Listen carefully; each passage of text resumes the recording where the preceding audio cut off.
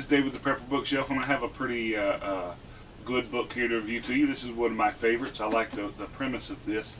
And you see it's pretty substantial, pretty big book. It's called When Technology Fails by Matthew Stein.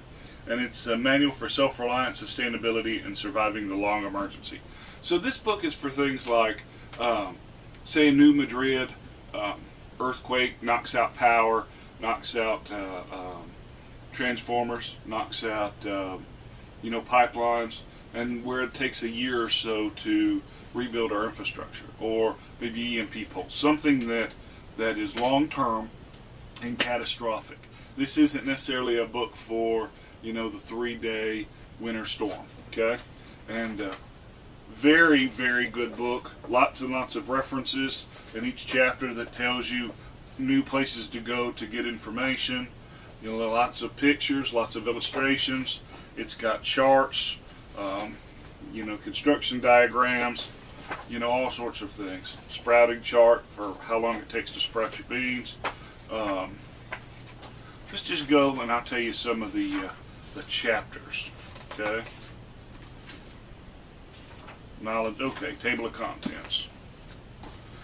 Introduction to self-reliance, present trends, supplies, preparations, emergency methods, water, food growing, foraging, hunting, shelter, first aid, when high-tech medicine fails. Got a lot of holistic medicine in here. Clothing, textiles, energy, heat, power, metalworking, utensils and storage. Better living through not so modern chemistry. Talk about soaps and candles and alcohol, vinegar, natural glues, vegetable oils. Engineering, materials and machines. Taking a shift towards sustainability, and a very large bibliography at the back. Okay, this is a well-researched, well-documented, well-footnoted book. Basically, this book is pretty much what I'm trying to do with my brain, right? Lots and lots of basic tips and information, so you can do a little of everything. This is not the expert's book in any subject, but it is a good beginner. Gives you a start, gives you enough to do enough to survive. How to make your own clothes, but it's not. If you're a weaver or you spin wool, you're going to have your own books that tell you how to do it in depth. But this just gives you the basic premise so you can get started.